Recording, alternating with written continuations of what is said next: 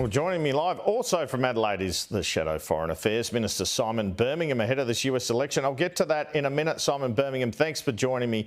Let's start with Labor's announcement on a cut in HECS for former university students. 20%, pretty sizable cut. What's your reaction to that? Might the opposition match it? Andrew, I think the initial reaction is, where's the money coming from? When Anthony Albanese was elected as a government, he inherited an improving budget position that's enabled the couple of budget surpluses we've seen. But the actions of this government, the big spending decisions of this government, have created a worsening budget decision, a deteriorating position that will see higher deficits in the years ahead. And if Anthony Albanese intends to turn the next election campaign into some great big cash splash, well, where is the money coming from for Labor? Or are, in fact, these very same students going to be saddled with higher debts, greater government debt, and ultimately higher taxes to pay for Anthony Albanese's election spending? So, from the sound of that, it sounds like you're sceptical about it. You might not be inclined to say, look, we'll match this promise at election time. Well, this isn't real reform. This doesn't change the student fees that somebody who starts uni next year pays.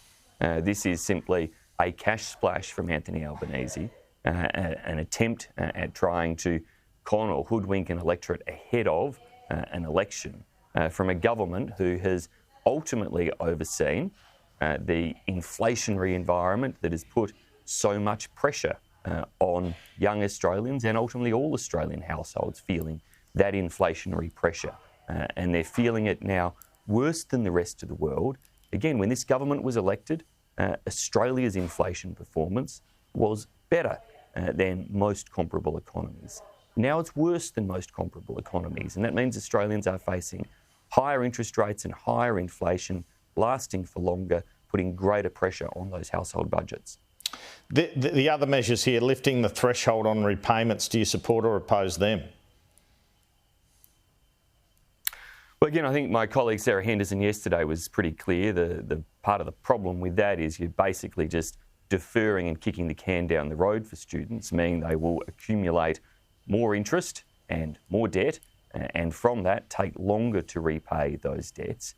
I think it's also important that the way this system works, people are actually making a careful, considered choice in relation to their university pathways, and they are conscious that there is an expectation of making a contribution to repay, not having that can kicked down the road in ways that ultimately potentially leave them worse off, but also worsen the situation for other taxpayers who will ultimately have to foot the bill of these decisions. Let me ask about the US election then. What are you expecting, and what will it mean for the world? Well, this is like every American election, clearly a very important one. Now, we as a country need to work with whoever is elected. We need to be prepared to work with whoever is elected. Now, I hope the Albanese government has got comprehensive plans there for how they ensure that Australia's interests are safeguarded. Our interests, of course, in the security domain, AUKUS, and how we ensure the strong bipartisanship that does exist around AUKUS is continued and therefore delivered upon. How we ensure the engagement of the US in our region is as strong as possible, not just with Australia, but with all of our other regional partners, that is so important. How we ensure that our trade interests are protected and that we seek to maintain from Australia's position as open and liberal a trading environment as is possible, because that's been so important to our economic interests over a long period of time. We have quite a number of equities, and it's critical that as strong as our relationship is, we don't take any of those equities for granted in the way in which we engage with whoever the next US president and their administration may be. Do you think a coalition government would be in a better position to work with a Trump administration than a Labor government? I think a coalition government will be better placed to work with either US administration because we've shown our great ability to be able to work so successfully over the years. I'm sure we will be, that Australia's relationship will of course always be in good order with the US. All governments have done that. But of course, I back ourselves to be able to achieve the strongest possible outcomes for Australia. And we saw that in the way in which Joe Hockey did so, working as part of the Turnbull and Morrison governments to make sure that we received exemptions from tariffs and trade imposts under the first Trump administration. We saw it, though, equally working with a Democratic administration from the way in which Scott Morrison and the team were able to secure AUKUS. That was a deal between a coalition government and the Biden administration, a Democratic administration. We've demonstrated the ability to work right across the board, of course, going all the way back to when Robert Menzies signed the ANZUS treaty all those years ago. Do you think the whole climate change and renewables issue would turn if Trump was elected?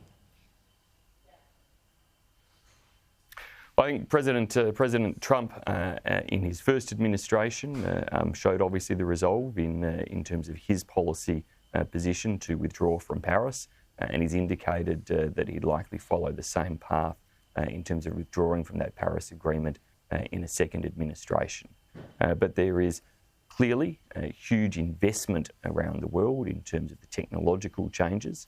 So how that would impact in terms of what it would mean for government policies and some of those policy approaches versus what it might mean for technology and investment in those technologies, we'd have to see. I expect the market would continue to still invest significantly, and you can see the way in which the likes of Bill Gates have now written and spoken extensively around the need to see those technologies invested in ways that make them truly cost competitive to ensure that we can drive a lower emissions future right around the world, because that is what's going to make it not only feasible for countries like the US or ourselves to undertake that change, but also critically for other countries, be it in Indonesia, in India, or China, to make the change. They need to see it as being cost competitive and viable for their future.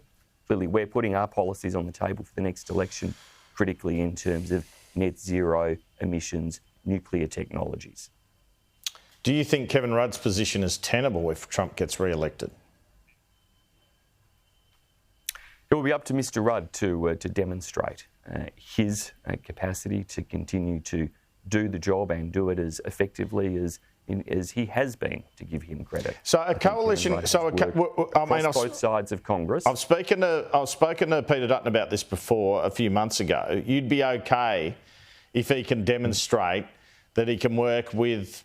I mean, there's two hypotheticals in this one, obviously, if not three. But you'd be okay for him to continue as ambassador under a coalition government if he was going okay? Andrew, the short answer there is yes. Kevin Rudd has worked the Congress hard and effectively, I would say, during his time as ambassador. We've got outcomes there in relation to AUKUS and changes to some of the export rules that are really important in terms of better integration of our defence industries. And we want to see that type of momentum continue. Is that and our assessment will be on what is in Australia's best interest. Okay. Is that Peter Dutton's view? Kevin Rudd and Anthony Albanese's assessment too. Is that Peter Dutton's view too? That we want to do what is in Australia's best interest. That Rudd could continue.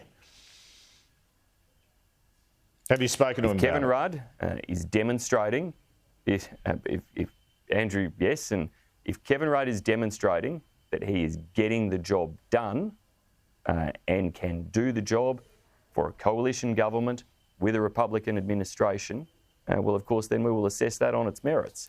But ultimately, it's about getting the job done in Washington and making sure that Australia's influence is as strong as possible. Now, clearly, it's well reported what Kevin has said in the past. Equally, we've seen him engage and try to build ties across the Republican Party and engage there in Congress. Whether that will be sufficient with an incoming Trump administration, I hope that Kevin Rudd and Anthony Albanese, if that proves to be the case, will be honest enough in terms of how they undertake that assessment and will consider Australia's best interest, because that's what we will be putting forward regardless of Kevin Rudd's political background. Okay, briefly, do you think Donald Trump would seek to bring an end to the war in Ukraine, and is that a good thing or a bad thing? He's said that he would, and bringing an end to the war is a good thing. What we want to see is a just outcome for Ukraine. And a just outcome for Ukraine is one where their country has confidence in its security and its sovereignty into the future. We cannot have a situation where Russia finishes this feeling emboldened, in a stronger position, and potentially repeating the type of horrors that we've seen in the last couple of years. So, of course, we want to see an end to the war. We'd love to see an end to conflicts in all manner of different situations, but how you end those conflicts is critical. And in this case, a just outcome for Ukraine, who were certainly not the aggressor in this case. Russia have been the aggressor. Sure. Russia have, of course, pursued this in a way that is a huge violation of Ukraine's territorial sovereignty, but also, importantly, if they are allowed to feel victorious and to be in a situation where they feel empowered to do it again, it sends a terrible signal to other autocrats around the world. Now, late last week, Penny Wong, the Foreign Minister, bought a $3.4 million house in Adelaide, and you put a message on social media saying media shouldn't reveal the house. What was that about? Safety and security for any politician, Andrew. Media are free to report these things. We disclose our interests. There's been plenty of a discussion about declaration of interest. We disclose those. If you think it's newsworthy, you report it. But when it comes to those safety or security considerations, it shouldn't be reported in ways where it becomes all too easy for people to identify the precise. Had Penny Wong, a prominent member of Parliament, sure, had Penny Wong spoken to you before you ushered that tweet out there? Had Penny Wong spoken to you? Penny and I had no engagement whatsoever before I put that. Do you have a similar issue with Anthony Albanese's house purchase and where that's located? Do you have the same view on that? I think in terms of it being easily identifiable, arguably there are issues there. The one point of difference I'd make is, of course, whilst Anthony Albanese remains Australia's Prime Minister, he is living in government-provided and government-secured houses. Sure. Penny Wong, me, anybody else, Peter Dutton, we're all living in our private homes that are privately funded and provided, and of course don't necessarily come with those same security standards that the Lodge or Kirribilli House. Let me ask about flight upgrades then. Do you have any problems on the coalition side on this one? What's your understanding around how many upgrades Bridget McKenzie hasn't declared? Should she face penalty from Peter Dutton or David Littleproud if she hasn't made all relevant declarations? In fact, if she's failed to make a number of declarations? Well, Andrew, it is a responsibility for us to make our declarations, and we should be keeping those up to date. And if people have had administrative errors in their own undertakings or those of their officers, and then they need to rectify and fix those. What is important about this debate, and where I've certainly kept all of my comments, is actually then about if there are areas of influence, how does an office holder in government actually influence? How is that government applying that influence, and how does it influence their decisions? And in the case of Anthony Albanese, none of this really would have been a matter of public interest if it wasn't for the decision this government took around Qatar Airways and their refusal to provide them with additional flight slots in and out of Australia. And Anthony Albanese's never been transparent about whether he or his office exercised influence over Catherine King's decision to refuse those upgrades. We know that Catherine King gave the Virgin CEO every indication that she was about to approve them, and then suddenly the decision was delayed for months, and then it was rejected. Wasn't Paul Fletcher... There's never been a clear answer from the government about why it was rejected. Didn't Paul Fletcher have some upgrades when he was in the transport infrastructure space as a minister? I've seen media reports of that. I can't say that I've gone looking for those things. Paul, I don't think, has ever had responsibility for aviation policy, though. Simon Birmingham, thanks for your time. Thanks, Andrew. My pleasure.